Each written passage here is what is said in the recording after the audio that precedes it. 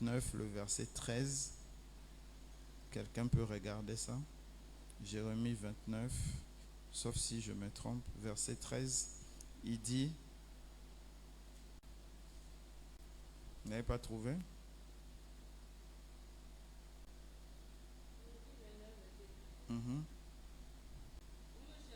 Voilà, vous me chercherez et vous me trouverez parce que vous me chercherez de tout votre cœur. Donc, celui qui décide de chercher l'Éternel de tout son cœur finit par trouver l'Éternel. Donc, à la question de la sœur Nihad, est-ce qu'on peut chercher Dieu pour avoir une alliance?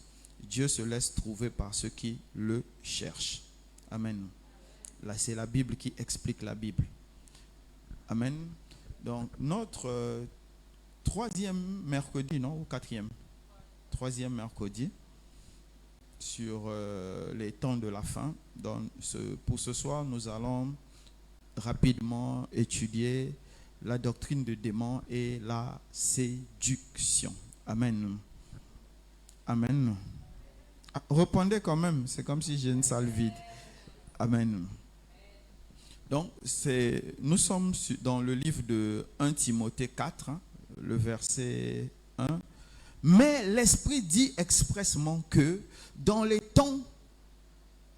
derniers temps, dans les temps de la fin, quelques-uns abandonneront la foi pour s'attacher à des esprits séducteurs et à des doctrines de démons. Verset 2. Par hypocrisie, des faux docteurs portant la marque de la flétrissure dans leur conscience enseigneront des choses qu'ils ne doivent pas enseigner. Amen. Donc, quand nous nous tenons sur ce témoignage de cette révélation de Paul qu'il était en train de faire qu'il faisait à Timothée, nous pouvons tout de suite commencer par parler de ces personnes qui vont venir et qui vont venir faire le plagiat, qui vont venir enseigner autre chose, qui n'est pas inspiré par le Christ. Mais pour les besoins de l'enseignement, j'ai voulu que nous puissions commencer par les faux Christ, comme le Seigneur lui-même l'a dit dans le livre de Matthieu 24, le verset 5. Car plusieurs viendront sous mon nom, disant, c'est moi qui suis le Christ, et ils séduiront beaucoup de gens. Amen. Amen. Donc, le Seigneur Jésus lui-même, avant de partir, nous a fait une mise en garde. Il dit qu'il va arriver un temps où beaucoup de gens vont arriver. Ils vont dire, non, regarde-moi sur ce côté, je suis Jésus-Christ. Regarde-moi sur l'autre côté, je suis Jésus-Christ. Au point où il y a des églises qui se sont créées basées sur une personne qui est le continuateur de Jésus. Même l'église catholique n'a pas osé faire ça. Oui, eux, ils ont dit, ils continuent l'œuvre de Pierre. Mais ils n'ont pas pris l'œuvre de Jésus. Mais il y a des illuminés, des fils du diable qui ont décidé que eux, ils doivent être Jésus. On en a vu un dernièrement à la télé qui est en Côte d'Ivoire. Voilà, le Jésus baoulé. Bon, en fait, on se demande des fois les gens fument quoi, mais bon. En tout cas, une chose est sûre, c'est que voilà. Et ça encore, c'est pathétique parce que c'est un homme pauvre, sans puissance, qui est en train d'égarer une petite poignée. Mais il y a un que j'ai vu dans une émission en Russie. Lui, il a des milliers de personnes qui le suivent. Et ils se sont multipliés comme ça partout dans le monde. Il y a même des gens qui, autrefois au Bénin, s'étaient proclamés à la fois Dieu, Saint-Esprit, Jésus. Bon, ça c'est la confusion totale. Qui ont aussi emmené des milliers de personnes à eux. Maintenant, pourquoi nous disons que c'est des faux Christ? Allons dans le livre de Actes. Acte 1.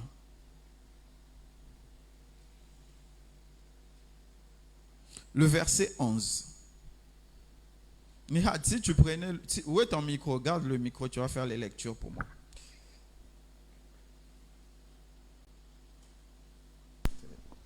Les 45 jours de prière là commencent à avoir des effets sur moi. Acte 1, le verset 11.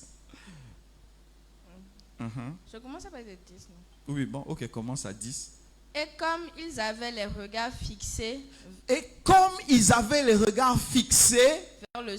vers le ciel. Donc, comme ils regardaient le ciel, pendant qu'ils s'en allaient, pendant que Jésus montait, le il là c'est Jésus, pendant que Jésus montait, voici deux hommes vêtus de blanc leur apparurent. Voici deux hommes.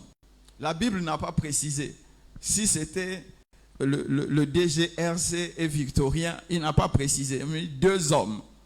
Il y a certaines versions qui disent deux anges. La version de Nihad n'a pas précisé. Et dire, ces gens-là ont dit, hommes galiléens,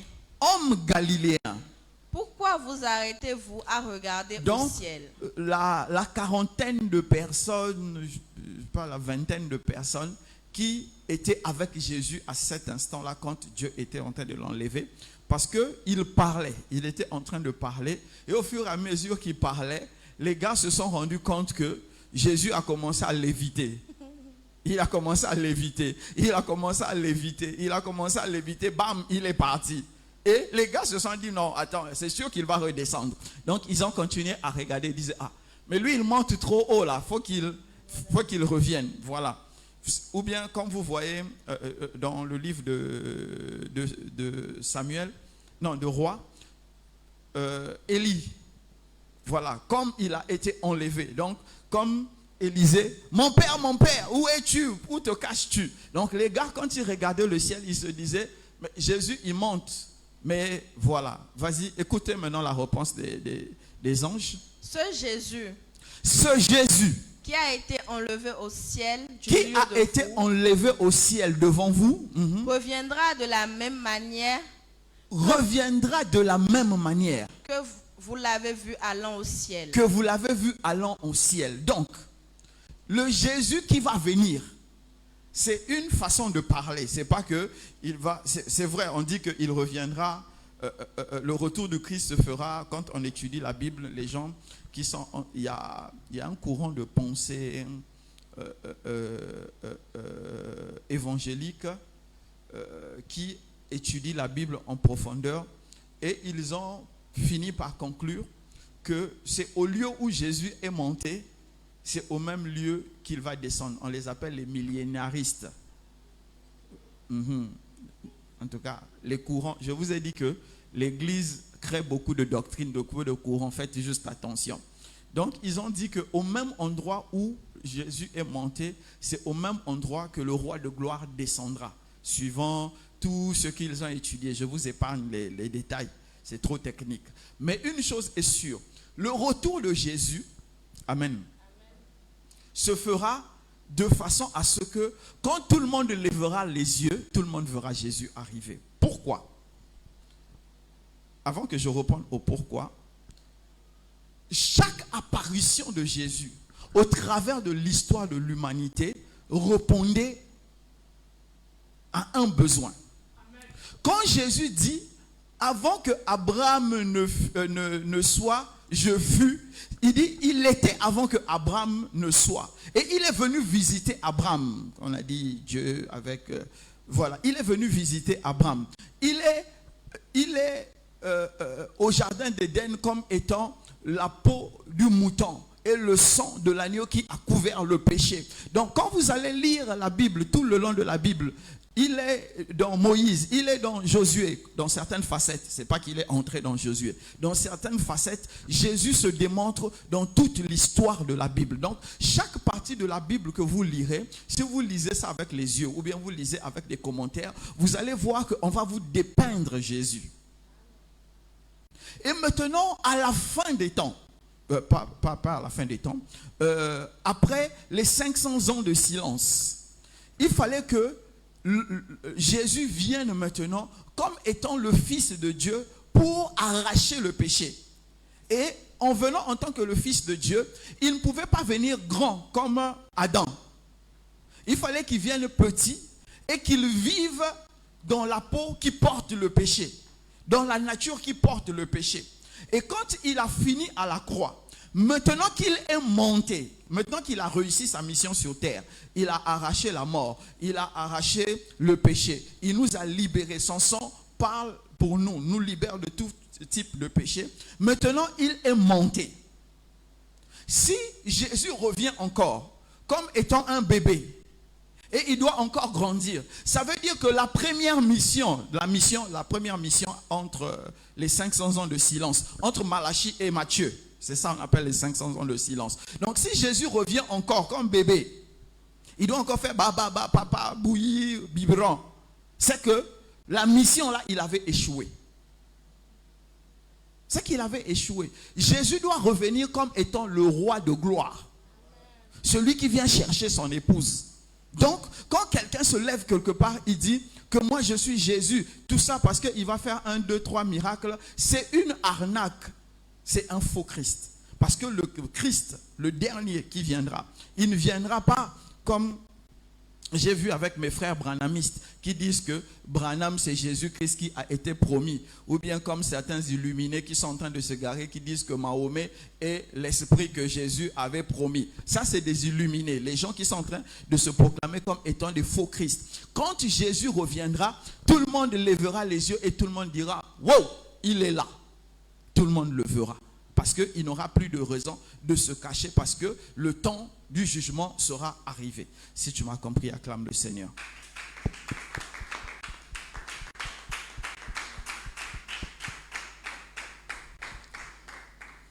Je n'ai pas fait d'introduction parce que je voulais d'abord qu'on arrange cette affaire des faux Christ là.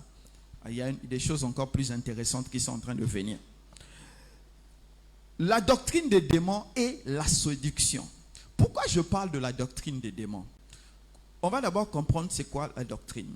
La doctrine, c'est l'ensemble des connaissances, des fondamentaux que tu as acceptés qui deviennent des piliers dans ta vie. C'est pour faire très simple, quoi, pour ne pas qu'on puisse se perdre.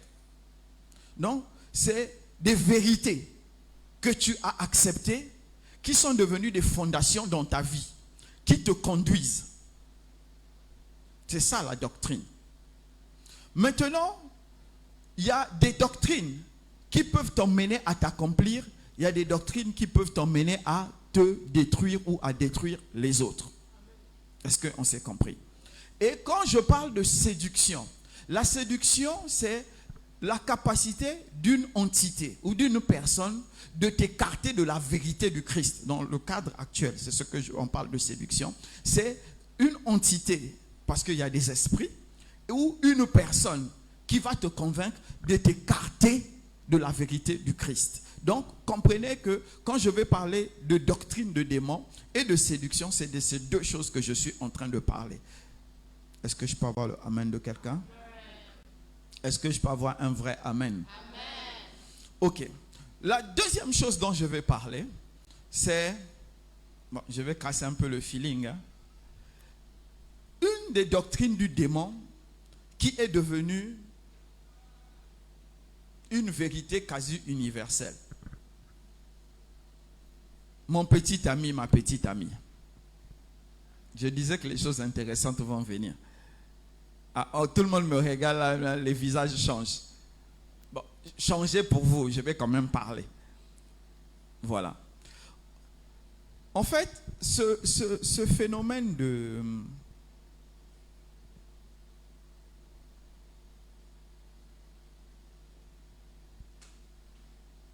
Bon, allons dans la Bible. 1 Corinthiens. Je vais me cacher derrière la Bible. 1 Corinthiens 7. Verset 2. Je préfère me cacher derrière parce qu'après on va me lapider là. On va dire il voulait bousiller. Non, on va se cacher derrière la Bible. 1 Corinthiens 7, verset 2. 1 Corinthiens 7, verset 2.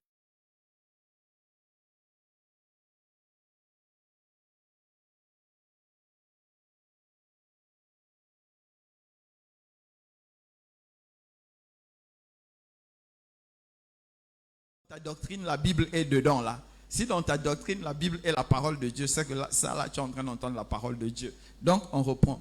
Toutefois, pour éviter l'impudicité, que chacun ait sa femme. Et que chaque femme ait son mari. Ok, je vais reprendre. On reprend.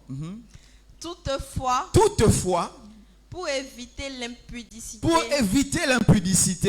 que chacun ait sa femme. Non, que chacun, tu t'arrêtes. Que chacun ait sa copine. Non. Sa femme. On a une femme. Ok. Merci, Charlotte. Écoutez, ce phénomène de petit ami, grand ami, si vous suivez bien avec les déclinaisons, on va prendre ça. Petit ami là, en fait, en français, ça n'a pas de sens. C'est comme si quand on dit petit ami, c'est ami qui est court ou bien qui est petit. Ça n'a aucun sens. En fait, c'est la traduction de boyfriend ou de girlfriend, qui est en anglais en fait. C'est ami fille, ami garçon. Et maintenant, en français, je ne sais pas qui avait traduit ça. Peut-être il avait quelques litres de sodabi béninois dans le sang. Et il a dit petit ami. Voilà. En tout cas, bref. En fait, et quand vous regardez ce qui se passe maintenant là, quand nous prenons les petits amis, on a ajouté, maintenant on enlève boyfriend ou girlfriend, on va mettre sex friend. Bon, en français, je ne sais pas s'ils ont traduit ça aussi. Ah, ils n'ont pas traduit. Il y a sex friend qu'ils ont ajouté. En français, on ramène ça par sex friend. Donc, si vous suivez, vous allez voir, il y a beaucoup de déclinaisons de friend là. Le mot friend d'anglais là, dans ce contexte-là, a été décliné par beaucoup de décadence. Je voulais dire ceci. Pourquoi le Seigneur, lui, il dit, pour éviter l'impudicité. Donc, impudicité, ici, ça doit être pris dans le cadre de salir son corps par acte sexuel. C'est ça, impudicité, dans ce cadre-là. Donc, il dit que pour éviter que tu puisses salir ton corps dans le cadre sexuel, il faut que tu puisses avoir une femme ou un mari. Et mari, c'est quelqu'un qu'on est dans le cadre actuel qui t'a emmené à la mairie. C'est pas qui est venu voir ton père et ta mère. C'est pas qui t'a donné 100 000 au coin d'une rue. C'est pas ça. Mais qui est venu voir, qui est allé devant le maire, parce qu'aujourd'hui, c'est le maire, dans nos États modernes, c'est le maire qui célèbre le mariage, qui dit qu'un couple est marié. À l'époque, c'était le père qui donnait la main de sa fille. Donc, dans notre époque, les gens ont fait évoluer. Avant, c'est papa qui donnait en mariage. Avec la modernité, on a dit maintenant, chacun peut choisir. Et la modernité a tellement avancé qu'aujourd'hui, les gens considèrent que quand quelqu'un a dit « Oh, tu es belle, hein? Oh oui, tu es beau, hein? Ah, je vais t'acheter des shawarma. Oui, chaque fois que tu viendras me voir, tu vas avoir shawarma. Donc, tu es ma petite amie. Oui, toi, tu es mon petit ami. Amen. » C'est devenu comme un mariage silencieux qui donne un accord, un libre accès au sexe. C'est ça, c'est comme ça que c'est perçu aujourd'hui. Et même partout dans l'église, tout le monde pense que quand tu vas dire c'est mon petit ami, ça veut dire qu'en fait c'est une licence, une légalisation pour aller au sexe. Et aujourd'hui, tout le monde a l'impression que, en fait, si tu vas au sexe avec ton petit ami, ce n'est pas un péché. C'est normal parce que c'est ton petit ami. Et si tu vas au sexe avec quelqu'un qui n'est pas ton petit ami, en ce moment dans l'église, on trouve que c'est un péché. Non, le petit ami n'est pas le mari. En fait, le petit ami, quand on va le remettre dans le sens biblique, c'est un prétendant. C'est quelqu'un qui s'est positionné, qui veut t'épouser. Donc, il n'a pas droit encore au sexe.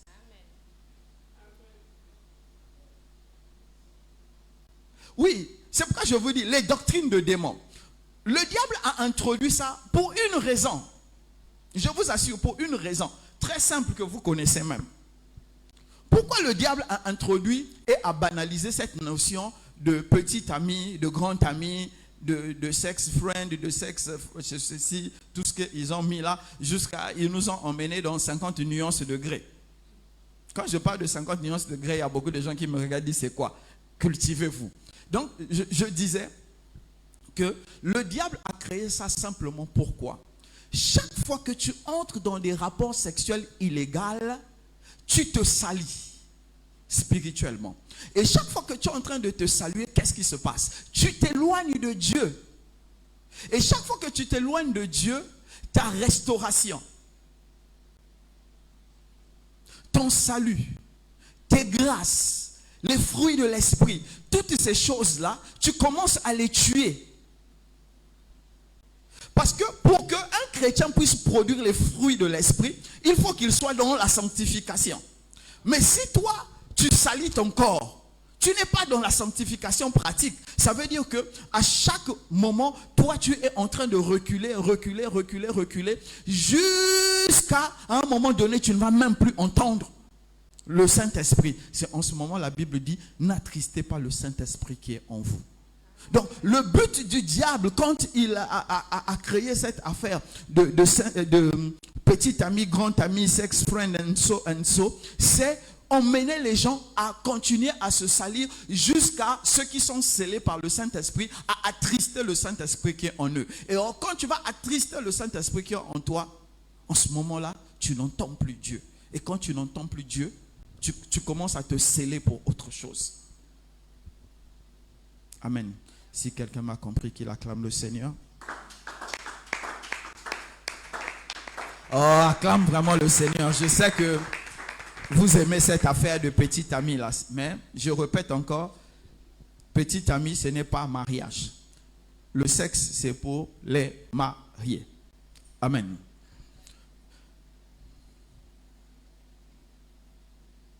Je peux continuer, non?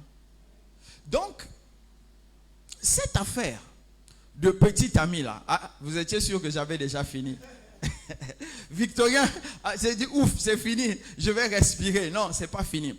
En fait, cette affaire de petit ami, c'est l'introduction de la liberté sexuelle. Et cette liberté sexuelle, et encore, non, c'est pas seulement liberté sexuelle, mais la banalisation de l'affection.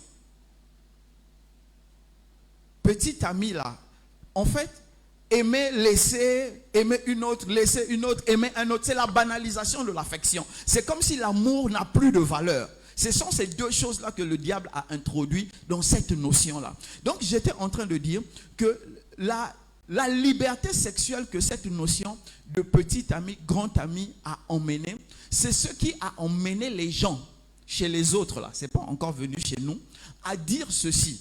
Amen. À dire ceci, que une femme mariée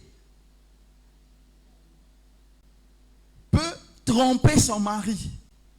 Et le mari ne peut pas demander le divorce parce que la femme est propriétaire de son corps. C'est cette liberté sexuelle-là qui a encore emmené une autre notion, suivez-moi bien. Celle où une femme mariée va déclarer que son mari qu'il a légalement épousé l'a violée. Vous voyez? En fait, quand nous regardons ça un peu, on ne se rend pas compte des dégâts que ces notions-là sont en train de créer dans les foyers. Comment un homme et une femme mariés légalement dorment dans le même lit, l'un va crier qu'on m'a violé. Bon, je ne sais pas la magie là vient d'où, mais vous comprenez. Et le pire dans tout ça, pour montrer que c'est diabolique, la charge de la preuve revient au mari. Donc à l'accusé. C'est à l'accusé de dire « je n'ai pas fait » et de démontrer qu'il n'a pas fait. Alors qu'en temps normal, c'est l'accusateur qui a la charge de démontrer, puisqu'il y a fausse accusation qui existe. Vous voyez? Donc, mais toutes ces notions-là, en fait, c'est le diable n'a qu'une raison, détruire la personnalité. C'est le but du diable. Si tu m'as compris, acclame le Seigneur.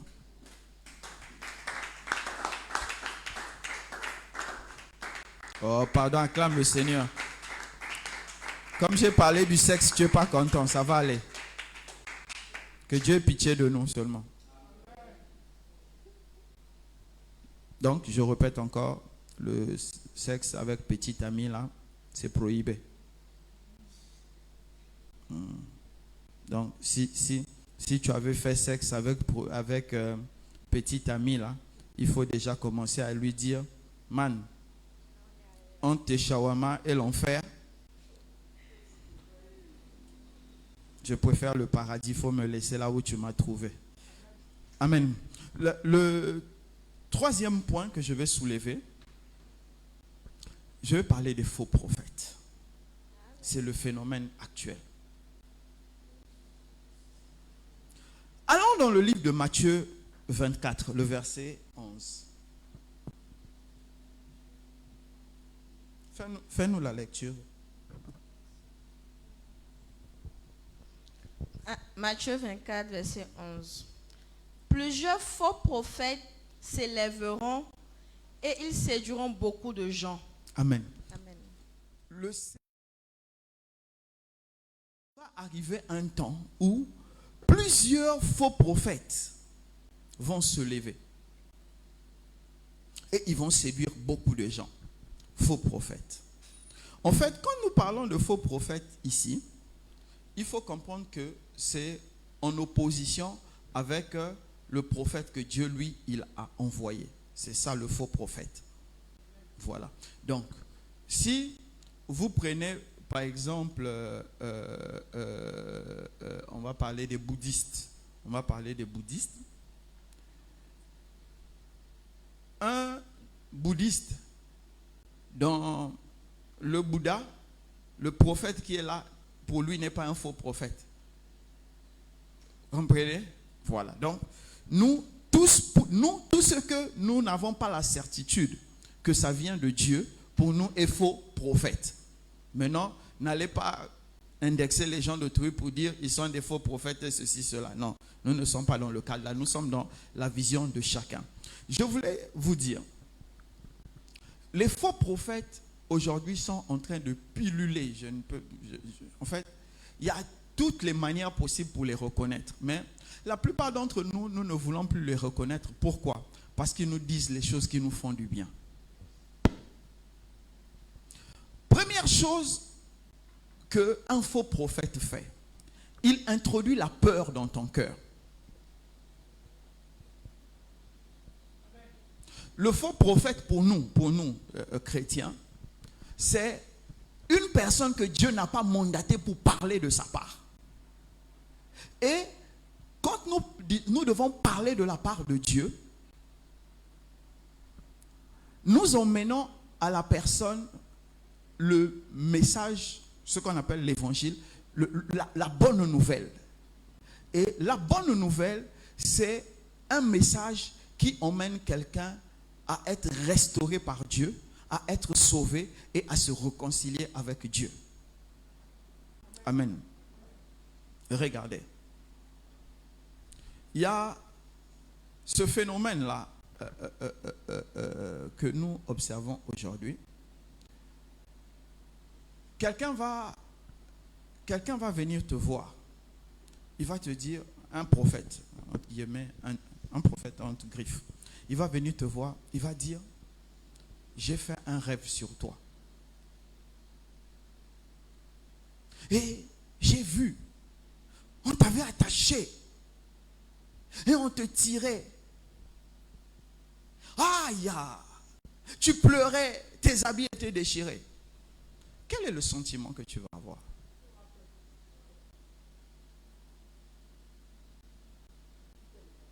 Ok. Maintenant, je vais vous montrer pourquoi c'est une fausse prophétie. C'est un faux rêve. C'est le rêve de la méchanceté, c'est une fausse prophétie. Tu sais, si je prends Victorien, il va être l'exemple d'aujourd'hui. Si je prends le frère Victorien et que Dieu doit me donner un message pour Victorien, suivez, hein, n'oubliez pas le rêve dont j'ai parlé là, que le prophète a vu Victorien attaché, on le conduisait comme un mouton, il pleurait, tout ça. Il criait maman, maman, tout ça. Et moi, Dieu me dit de parler à Victorien. Dieu doit me faire une révélation sur Victorien. Je vais dire à Victorien, le péché du mensonge dans lequel tu es là, Dieu ne prend pas plaisir à ça. Quand vous avez entendu les deux versions, pour vous, qui dit la vérité? Écoutez, le faux prophète introduit la peur pour contrôler. Quand la prophétie qui vient de Dieu doit te libérer.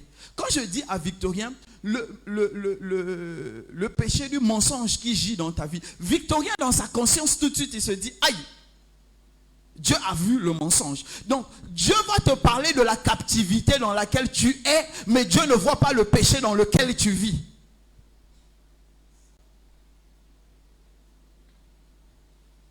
Dieu veut te faire peur ou Dieu veut te libérer? Vous comprenez?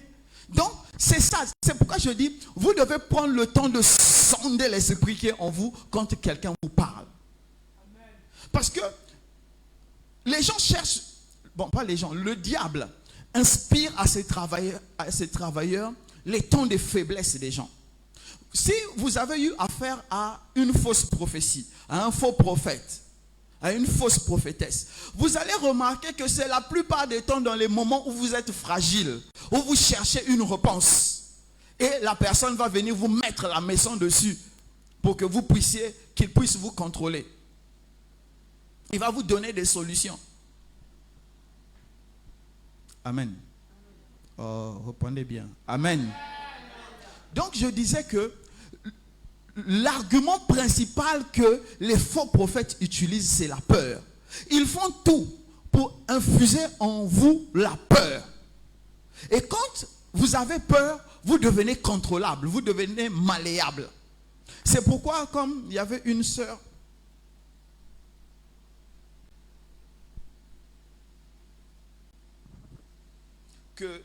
qui venait avec nous, qui venait un moment avec nous, après je ne l'ai plus vue, et j'ai échangé avec elle. Je dis, ah, mais pourquoi je ne t'ai plus vue? Elle me dit, non, moi je ne viens plus là-bas au Sébec parce que vous ne prophétisez pas. Que quelqu'un l'a emmené chez un prophète, et c'est là-bas, elle prie maintenant, et le prophète a déjà prophétisé 2 fois sur elle. Bon, quand j'entends ça, je ris. Je me dis, bon, c'est la croissance spirituelle. Dis, ah, le prophète a prophétisé quoi sur toi? Et elle m'a dit, j'ai dit quoi encore? Elle a encore dit, et j'ai dit, et tu as vu ça s'accomplir? Oh non, il faut que je puisse s'aimer pour que ça puisse s'accomplir.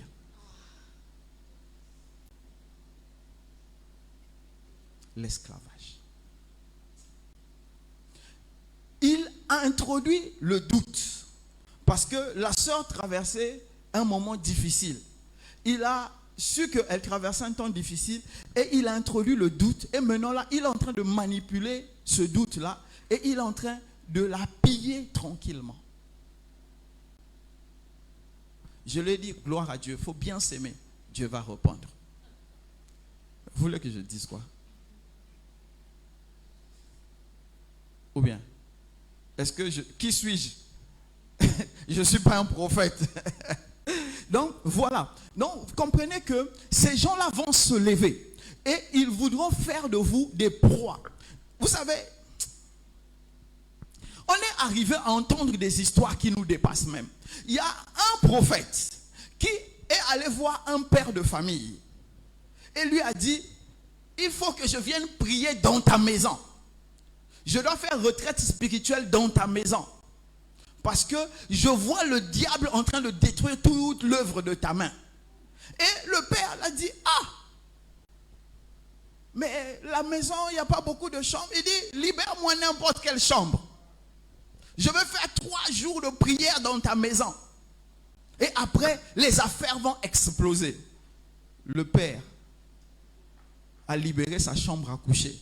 Lui et sa femme, ils sont allés s'entasser là-bas avec les enfants. La chambre à coucher. Le prophète a fait 7 jours dans la chambre du père. Il prie. Chaque jour. Il sort là. Il dit, Dieu m'a convaincu. Tout la banque. Il faut lui donner son offrande. Il a donné. Le prophète dit, il faut laisser la porte fermée. 3 jours, 4 jours. Après, tu ouvres, vous balayez, vous reprenez. Après, tu vas voir, tu vas t'enrichir. Jusqu'alors, on cherche le prophète. Oui. Mais comment il est arrivé là? Parce qu'il a introduit la peur. Et il a introduit la deuxième chose dont je vais parler. Ce désir effréné de devenir riche. Qui a écouté le message que j'ai parlé, les principes de la richesse là? Est-ce que vous avez même écouté ça? Victorien me regarde, il se demande si on parle encore de quoi. Vous êtes sur les forums, je ne sais pas ça vous sert à quoi. C'est quoi? Toi aussi tu fais partie de ceux qui sont sur le forum. Mais tu es sur le forum, tu ne veux pas écouter, sors! Vous mutez le forum, vous avez honte de sortir. Il faut assumer. Dans la vie, il faut être fort, il faut assumer ses décisions. Il y a une notion que j'ai fait sortir. Je disais que, écoutez, la réussite, ce n'est pas la richesse. Amen. Vous devez comprendre ça et retenir. La réussite, ce n'est pas la richesse. Quand Dieu a vu Jésus à la croix, Jésus a réussi. Hein? Mais quand les gens regardaient Jésus à la croix, Jésus avait échoué. Quand les gens regardaient Paul, attaché à Rome, pour les hommes, un criminel, un échec. Mais quand Dieu voyait Paul, c'était une réussite. Parce que Paul est allé là où Dieu l'attendait. Je dis et je répète, nous sommes uniques. Et notre réussite est unique. C'est vrai que le diable veut ou a standardisé le terme réussite. Tout le monde aujourd'hui se dit, si j'ai une belle maison, j'ai une grande maison, c'est que j'ai réussi. Non! Acheter une parcelle, construire une maison, c'est pas que tu as réussi. Sinon, ça veut dire que tous ceux qui ont acheté des terres, qui possèdent des terres, ils ont réussi. Tout à l'heure, j'étais au téléphone avec un de mes grands cousins. On a un petit souci avec un monsieur là qui veut nous arnaquer des terres. On en a, je ne sais pas, on a combien d'hectares? On doit avoir plus de 10 000 hectares, quelque chose comme ça que nous avons pour notre ethnie. Mais est-ce que je vais dire parce que nous avons ça, je suis riche? Non. Donc, ce n'est pas... Ils ont voulu standardiser la richesse et nous tous, nous commençons à courir derrière. Ah, je n'ai pas une belle voiture, c'est que je suis pauvre. Je n'ai pas une belle maison, je suis pauvre. Je n'ai pas de beaux habits, je suis pauvre. Je ne voyage pas. Ils ont introduit même dans l'église que quand un pasteur voyage, il fait une photo dans l'avion, ça veut dire que son ministère est béni. Ah! C'est quelle sorcellerie ça?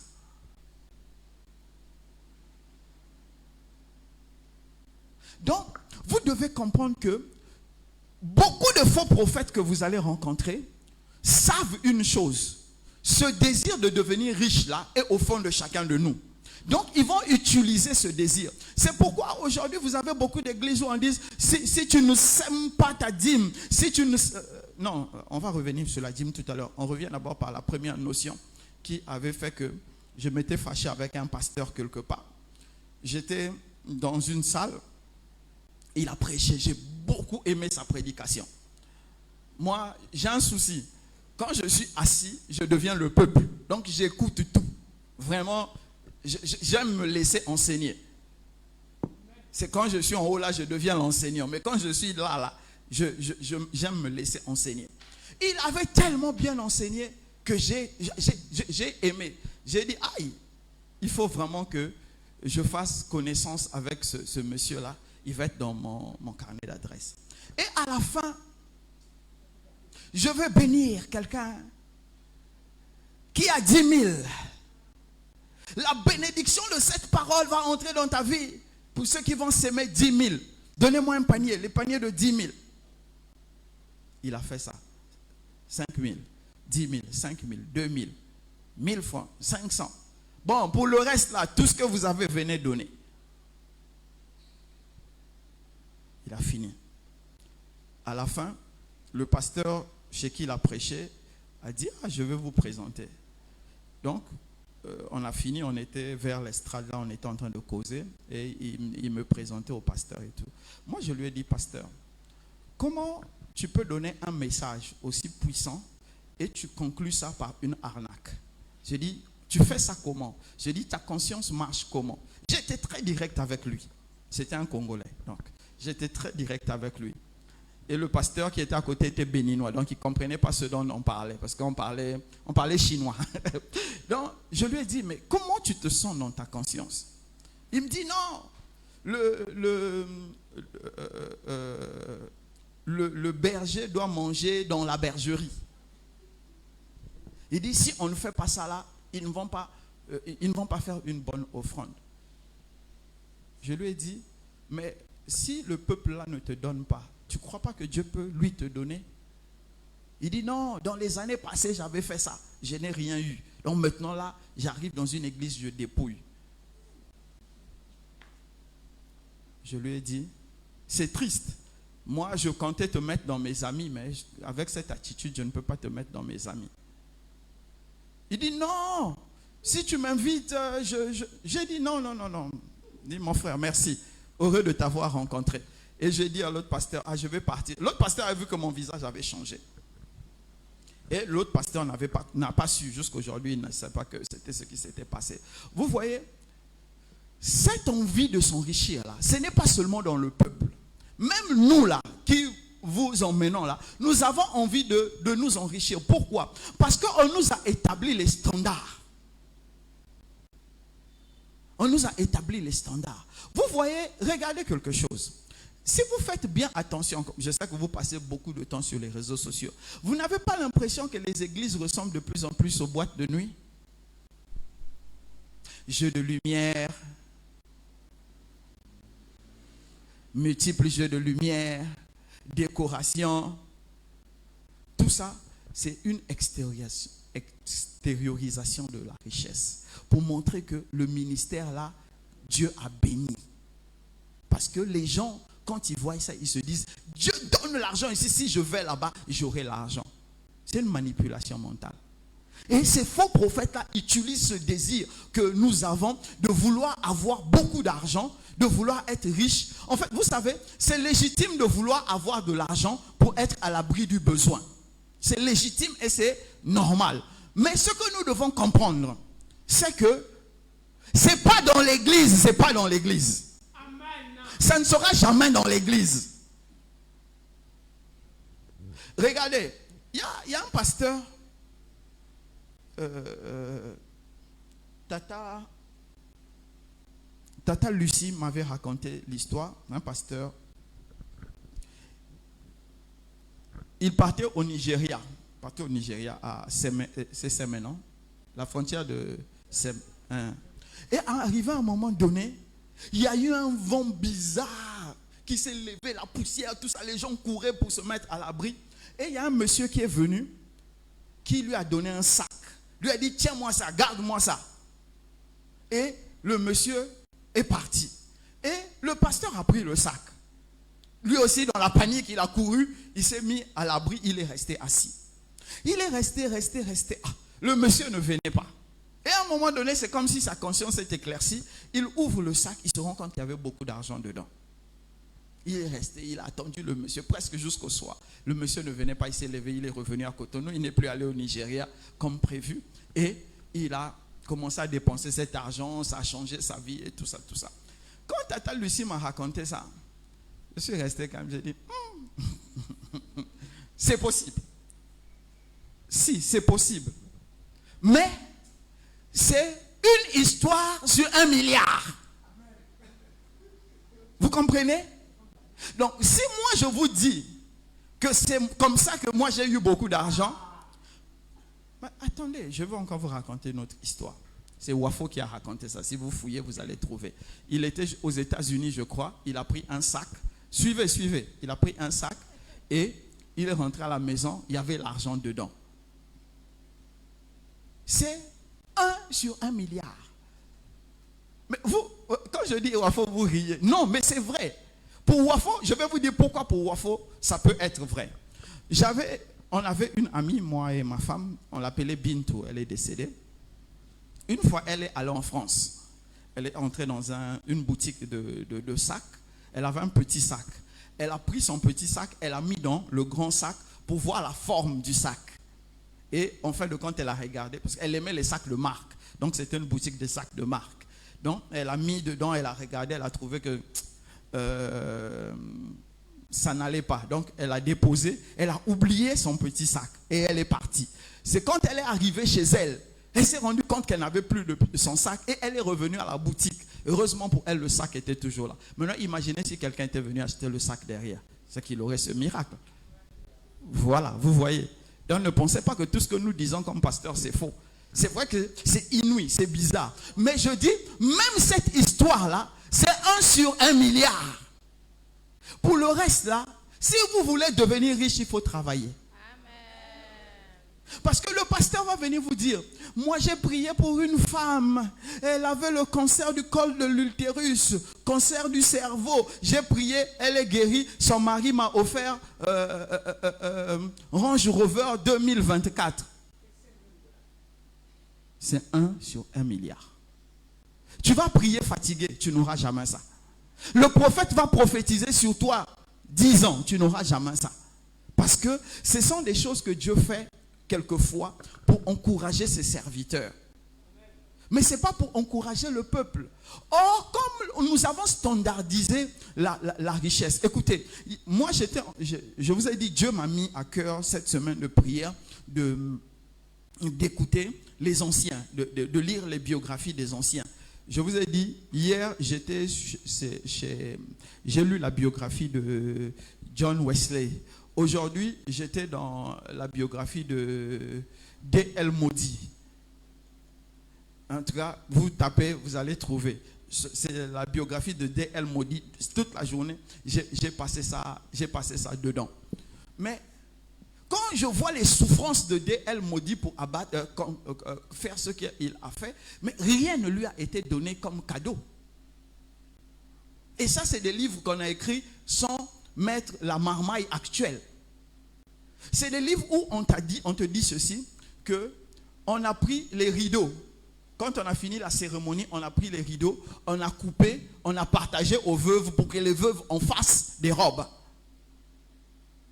Donc vous comprenez que face à des peuples comme ça, on ne peut pas leur parler de richesse. Richesse sur la base de quoi?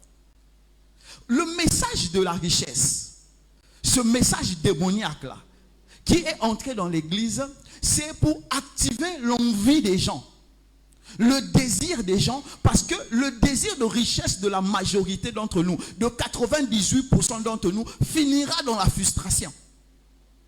Écoutez, pourquoi je le dis? Premièrement, la structure économique des pays africains fait qu'il est extrêmement difficile d'être riche.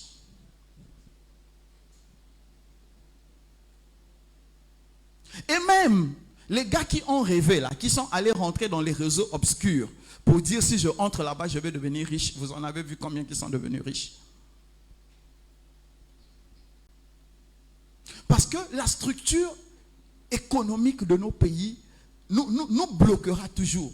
Tu pourras trouver à manger, trouver une bonne voiture qui va tenir 5 ans, avoir une maison, mettre un climatiseur, mais dire que toi aussi tu vas t'asseoir, on va mettre Forbes et on va mettre ton nom 158e richesse, laisse tomber, arrête de rêver. Si tu as la capacité d'ouvrir une entreprise de vente de consommables informatiques, ouvre, gère le mieux que tu peux, tiens le coup, que ça te donne à manger, c'est suffisant. Mais que ce désir de « je dois m'enrichir à tout prix, je dois m'enrichir », ce message-là t'emmènera dans la frustration parce qu'il est extrêmement difficile de s'enrichir. Déjà même dans notre réalité, dans nos quartiers là, quand tu achètes une voiture, il y a un vieux qui est assis dans un coin, qui n'a jamais acheté une voiture. Il faut voir comment il te regarde. C'est ces vieux-là qui ont gaspillé les enfants des gens. La nuit, ils ont touché les cerveaux, ils ont arraché les... Voilà. Donc, comprenez que non seulement le combat de tous les jours ça sera difficile, mais même le combat spirituel dans lequel tu vas te lancer parce que tu veux absolument t'enrichir sera encore plus difficile. Donc, les faux prophètes ont compris que ce désir de richesse qu'on est en train de distiller dans nos cœurs, dans nos cerveaux, va nous emmener à ne plus entendre Dieu.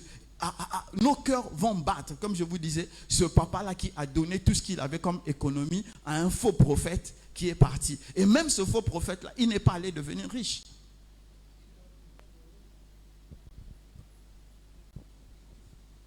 Je vais encore vous parler d'un autre faux prophète pour vous introduire dans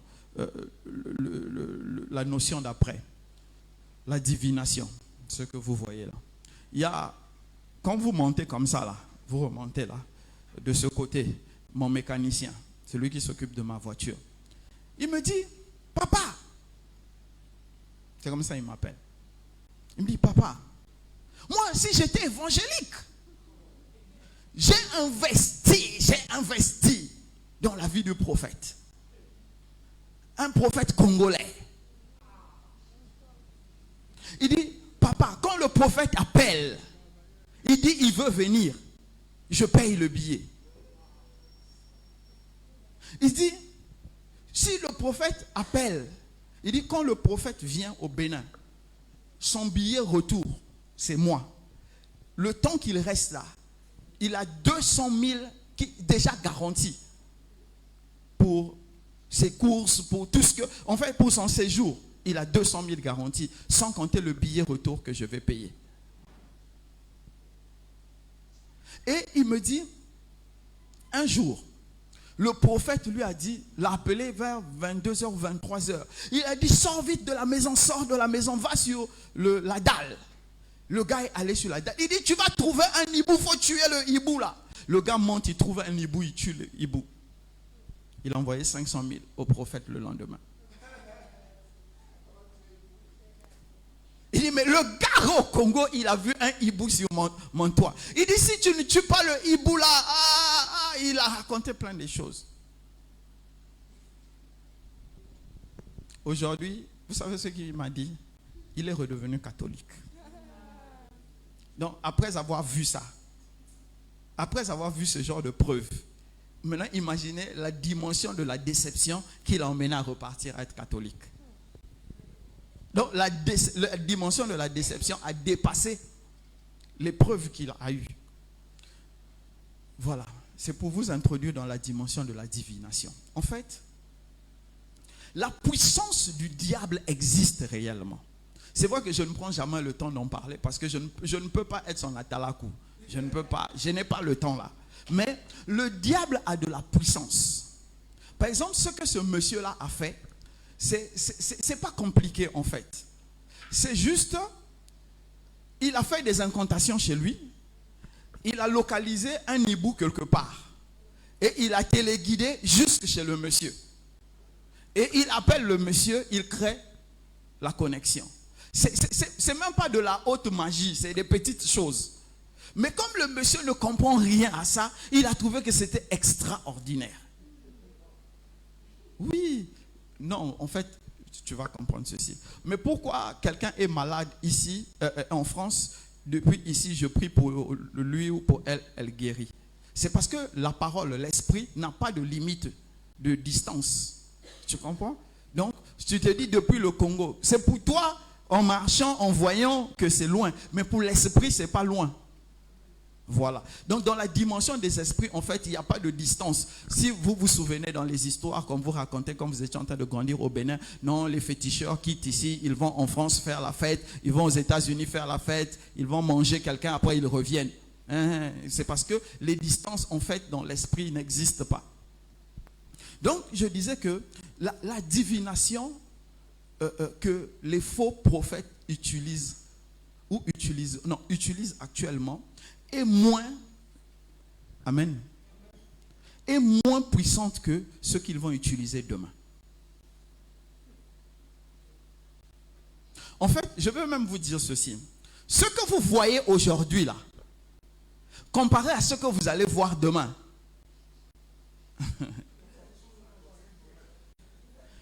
quand il y a des plaisantins là qui disent je vois ta chambre, Je vois là où tu as accroché tes perruques. Je vois ton savon. Ça, c'est des petites choses. Je vous dis que les prémices, ça c'est les prémices. Donc, ce n'est pas encore ça. Ce qui va venir là, ça va vous choquer au point où vous allez vous dire, si ce n'est pas Dieu qui dit ça, c'est que je ne connais pas Dieu. Alors que Dieu ne sera pas là, ni aujourd'hui, ni demain, Dieu ne sera pas là. Pourquoi? Parce qu'il faut que ce temps de grande séduction arrive. Comme le Seigneur Jésus lui-même, il a dit, il dit qu'il viendra un temps où ils vont séduire les gens. Et comment ils vont séduire les gens? C'est en faisant des faux miracles. Comment ils vont séduire les gens? C'est en emmenant des choses qui vont étonner les gens. Je vous assure que les faux prophètes sont plus outillés que les vrais pasteurs. Parce que pour réussir la séduction, il faut avoir les outils de la séduction. Et si vous n'avez pas les outils de la séduction, vous allez échouer. Donc, parmi les outils de la séduction, il y a la divination. Et vous allez remarquer, la plupart d'entre eux parlent souvent du passé. Très rares sont ceux qui peuvent parler de l'avenir. Parce que le prix à payer pour soulever un morceau d'avenir est souvent trop élevé. Pour eux, payer le prix pour regarder le passé est moins cher que réussir à parler de l'avenir. Et souvent, ils vous parlent du passé. Pourquoi? Parce que le diable était là, les démons du diable, les démons sont là. Ils regardent le passé, ils viennent lui raconter et il est capable de te dire ce qui est passé. Moi, je dis toujours, le jour où vous allez rencontrer quelqu'un qui vous raconte votre passé, dites-lui ceci: je vais te quitter pendant 5 minutes. Dis-moi ce qui va m'arriver dans les 5 minutes là. Si ça m'arrive, je reviens. Vous allez voir que le débat est fini. Parce qu'il ne peut pas voir. Donc, la puissance qu'ils vont utiliser, ça sera toujours vers le passé, vers des petites choses. C'est en 6e, 5e, on avait un ami là. On ne sait pas où il avait acheté le tour. Il avait acheté un tour de magie et plus tard, il avait évolué dans ça. Souvent, au collège, il y avait le mur de l'école. Donc, nous, on s'asseyait là, en bande là, quand on fouillait les cours. Et il était au milieu de nous. Il disait, les gars, bon, vous voulez quoi? Qu'est-ce que vous voulez? On livre les bonbons. Bam, boum, bah. Il fait sortir un paquet de bonbons. On se partage, on mange, on se met à rire et tout ça. Des fois, on lui dit, oh gars, fais un peu plus, non? On voit d'abord les 500 là, on va se faire plaisir. Bam, bam, boum, les 500 sont sortis. Il nous partage. Et on est là sur le mur. Qui va acheter des beignets? Qui va... En fait, c'était quasiment notre quotidien. Nous, ça ne nous surprenait pas parce que et c'est un peu, on a plus grandi. Il était entré dans, bon, je ne sais pas, bon, à l'époque on disait qu'il avait sacrifié sa mère après.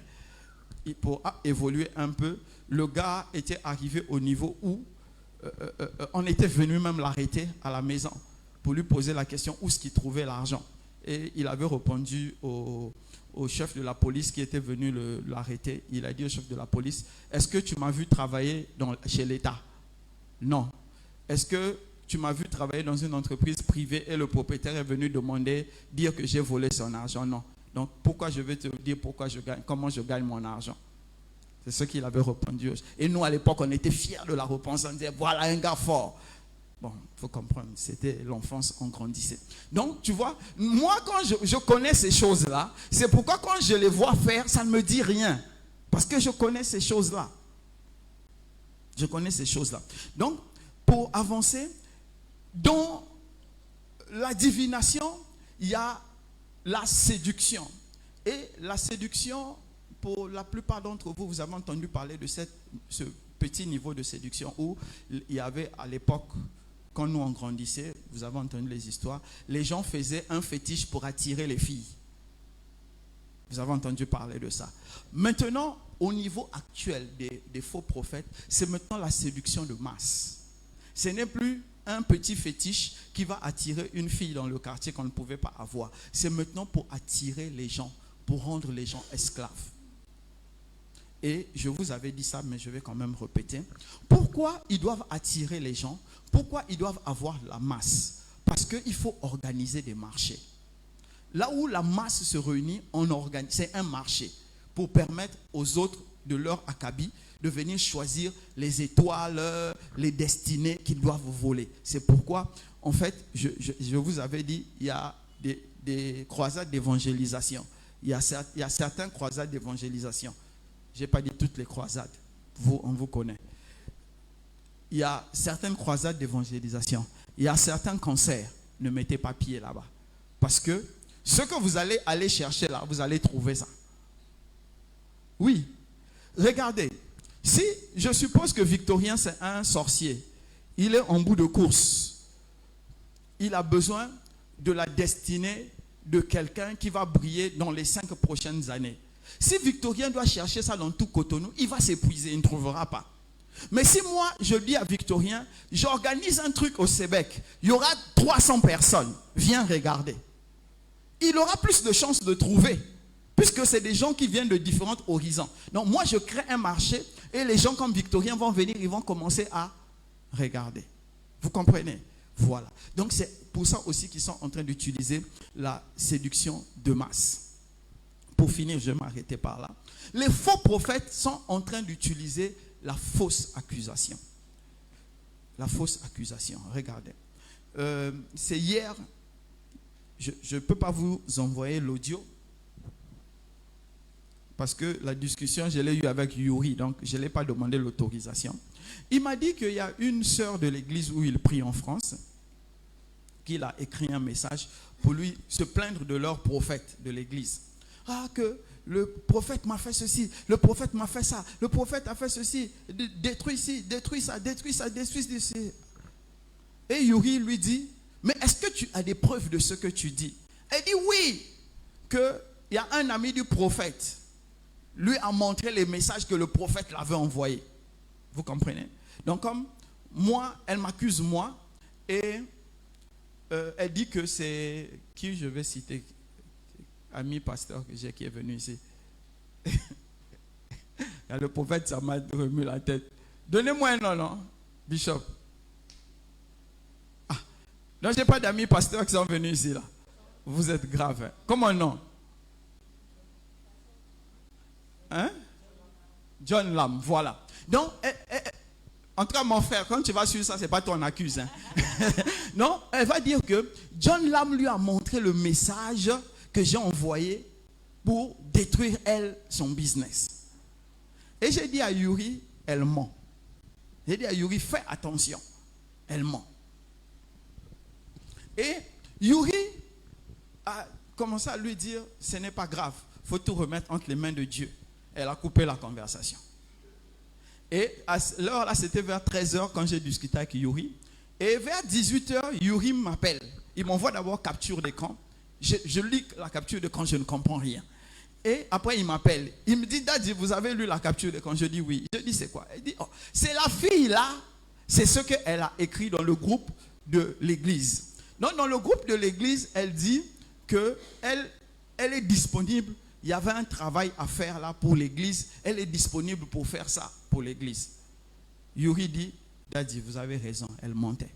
Si, de toute façon, elle m'a parlé. De toute façon, elle était fâchée. Elle ne pouvait pas se proposer pour faire un travail pour l'église. Ce n'est pas possible. J'ai dit à Yuri, non, elle voulait juste avoir des éléments qui vont venir de toi pour aller t'accuser. C'est ce qui est en train de se passer aujourd'hui dans l'église. Il y a ce vent d'accusation. Ce vent d'accusation est devenu tel que tout le monde accuse tout le monde. Je vous assure. À un moment même, tu as peur. Tu te dis, ah, si je dis ceci, est-ce qu'on ne va pas penser comme ça?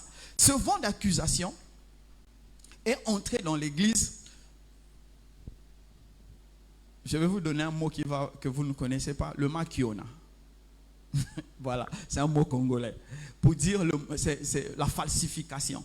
En fait, il y a beaucoup de pasteurs qui invitent d'autres pasteurs et qui donnent des informations sur les gens dans l'église. Et quand le pasteur va venir, l'invité arrive, il dit, toi, tu t'appelles Jérôme. Jérôme Grégoire XKDZ. Tu fais telle chose, telle chose. Oui, papa. Oh, libère 50. Voilà, donc, le maquiona, on ment. Les faux miracles, tout ça là, les faux miracles. Comme des gens qui ont pris l'eau, une glace, ils ont mis au pied de quelqu'un, le pasteur commence à prier, l'eau commence à couler, on dit que le pied est en train de guérir. Bon, bref, vous connaissez toutes ces choses-là. Donc, dans les fausses accusations-là, il y a ces faux miracles-là. Mais le plus dur pour moi, c'est aujourd'hui, tellement, nous ne prenons plus le temps de reculer, d'entendre Dieu, que les fausses accusations, pour nous, sont devenues des vérités. Pourquoi pour nous, pour la plupart pour nous, ça devient de la vérité? Parce que beaucoup parmi nous se sont éloignés de Dieu. C'est pourquoi les prophètes là sont en train de réussir. Moi, j'ai entendu un prophète dire devant moi, c'est pas devant moi, dire à quelqu'un que cette situation que tu vis, c'est ton père qui fait ça. J'étais choqué, j'étais peiné. C'est une des raisons que au Québec, vous n'allez jamais. Le jour où quelqu'un je vais inviter, il va dire, ah, je vois, c'est ta mère qui a fait. Avant qu'il finisse mère là, je l'ai arraché le micro. Si je suis loin, c'est sûr qu'il finira mère. Mais si je suis à côté, je l'ai arraché le micro. Je dis, pasteur, il faut aller t'asseoir. Et je vais dire, oublie ce qu'on vient de te dire, c'est des bêtises. Pourquoi? Parce que Dieu lui-même n'est pas venu accuser Moïse devant Josué. Dieu n'a pas dit à Josué, Moïse, au lieu de parler au rocher, il a frappé, je veux le tuer. Il n'a pas fait ça. Dieu n'accuse jamais le père, Dieu n'accuse jamais la mère. Pourquoi Dieu n'accuse pas? Parce que Dieu a la solution. Mais comme nous sommes éloignés de Dieu, notre cœur devient une terre fertile pour les accusations et les fausses accusations. Et c'est ça que les faux prophètes là sont en train de saisir aujourd'hui. Donc il faudrait que nous puissions comprendre que les premières vagues de la fin des temps pour le diable est lancée. Et cette vague-là va emporter beaucoup de gens. Le diable attaque les maisons, il attaque les emplois, il attaque l'église, il ne laisse nulle part où il ne va pas attaquer. Et ceux qui resteront debout, ce sont ceux qui sont alertes. Et c'est ceux qui auront décidé de rester debout. Parce que la séduction du diable est aujourd'hui sans limite. Le diable donne des hommes, des maris aux femmes. Le diable donne des femmes aux maris aujourd'hui, juste pour détruire ta destinée.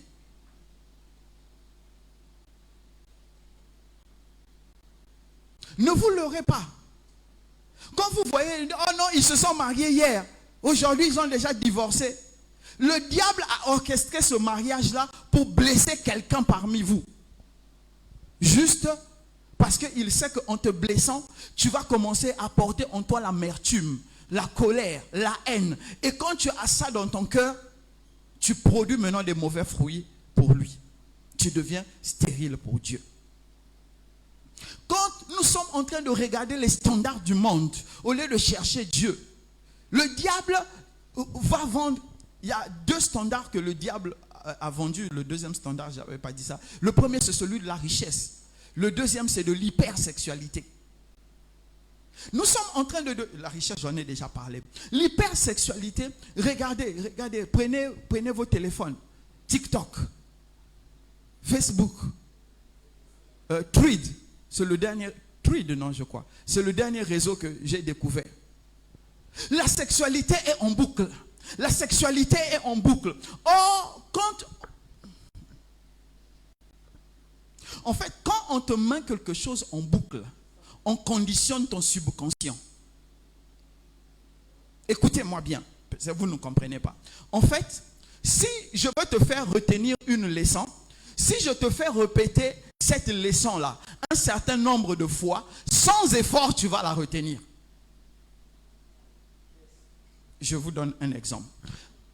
Quand avant que nous on vienne au pouvoir, parce que nous avons mis l'ordre dans le pays, hein, avant que nous on vienne au pouvoir. Avant, quand il y avait le désordre dans le pays, où les gens faisaient ce qu'ils voulaient. Il y avait les bars partout qui faisaient du bruit. Combien de chansons vous avez retenues qu'on n'a jamais chantées dans vos maisons?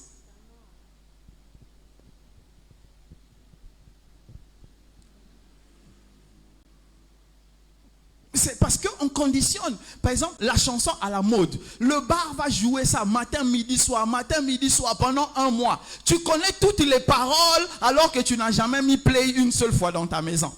Parce qu'on a conditionné ton subconscient à retenir et à écouter cette parole. Parce qu'on t'a répété ça une fois. Donc c'est ce qu'ils font avec les réseaux sociaux. En fait, on est en train de rendre les hommes, on nous rend comme des animaux. Surtout les hommes africains. Déjà, l'homme africain à la base a une cadence sexuelle très élevée. Il fait, il se reconnaît dedans.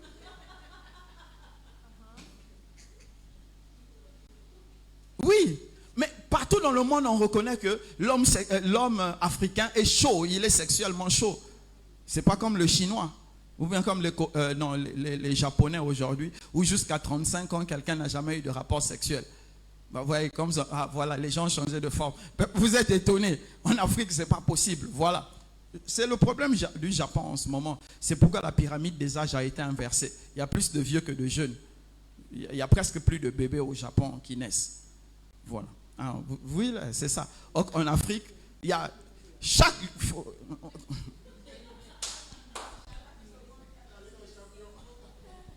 Si je n'étais pas pasteur, je vais vous dire un truc. Si je n'étais pas pasteur, j'allais m'enrichir avec auberge.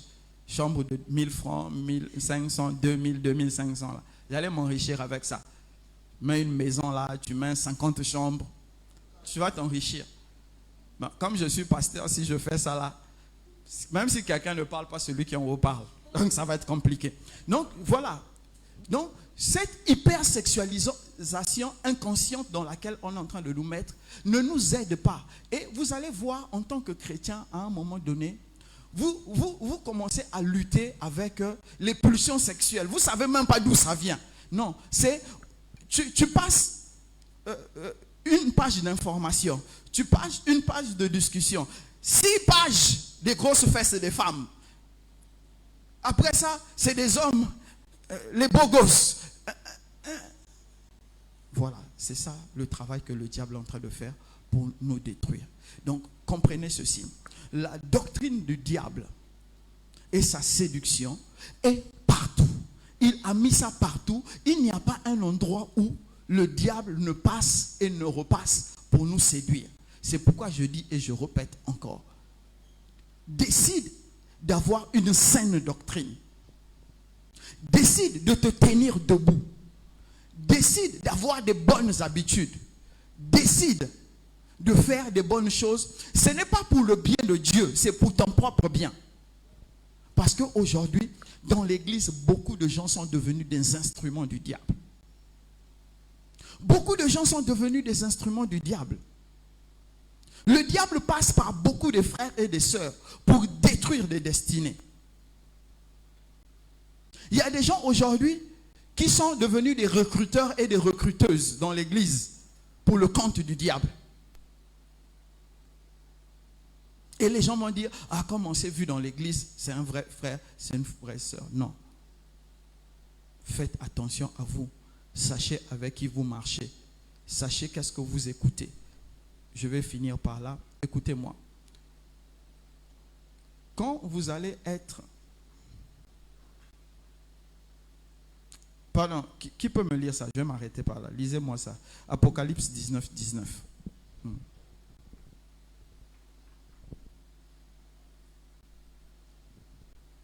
Apocalypse 19, 19, 20 même. Apocalypse 19, 19, 20. Et je vis la bête et les rois de la terre et leur armée rassemblée pour faire la guerre à celui qui était assis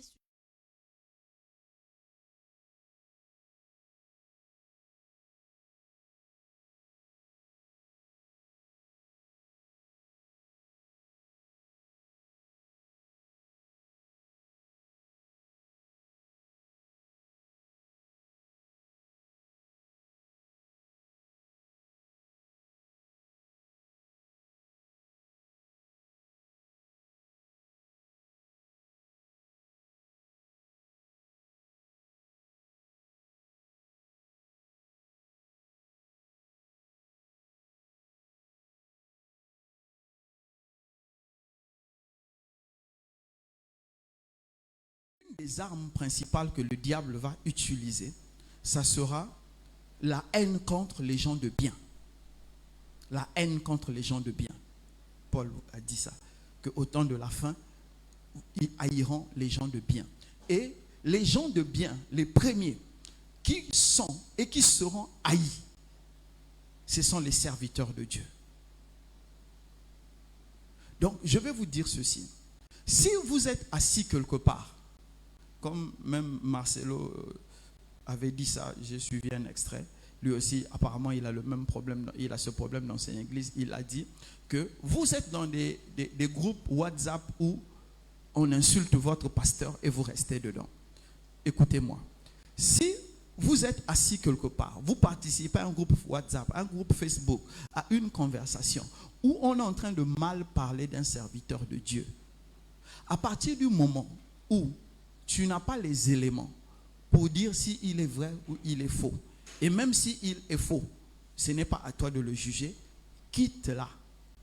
Quitte-la et pars. Si c'est un vrai serviteur de Dieu et que tu participes au lynchage du serviteur de Dieu, celui qui reçoit la récompense, c'est celui qui donne un verre d'eau. Mais celui qui détruit un serviteur de Dieu, qu'est-ce que Dieu fera de lui? Il faut réfléchir. Si c'est un faux prophète, si tu le lynches, est-ce que toi, ta condition à venir, tu la connais? Qui ne dit pas que tes paroles que tu auras sorties là vont te rattraper demain et toi-même tu deviendras faux prophète demain ou faux pasteur demain? Donc, là où on lynche, là où on veut détruire un homme de bien, ne participez pas. Ne participez pas. Que ce soit moi, que ce soit un des serviteurs de Dieu ici, que ce soit des serviteurs de Dieu dans d'autres églises, peu importe, là où on est en train de lyncher là, ne participez pas. Si vous voulez discuter de quelque chose, discuter d'un fait, d'un phénomène, d'un enseignement qui ne cadre pas avec la doctrine, mais de l'individu, ne participez pas. Ce n'est pas une bénédiction. Pour un vrai serviteur de Dieu, quand vous allez le lyncher, vous allez le détruire, vous êtes en train de vous détruire. Quand c'est un faux prophète, un faux pasteur, un faux apôtre, sachez ceci, que vous-même vous ne connaissez pas votre avenir, que vos paroles demain ne vous condamnent pas. Donc, ne participez pas au lynchage, à la destruction des hommes de bien. Si quelqu'un m'a compris, qu'il acclame le Seigneur.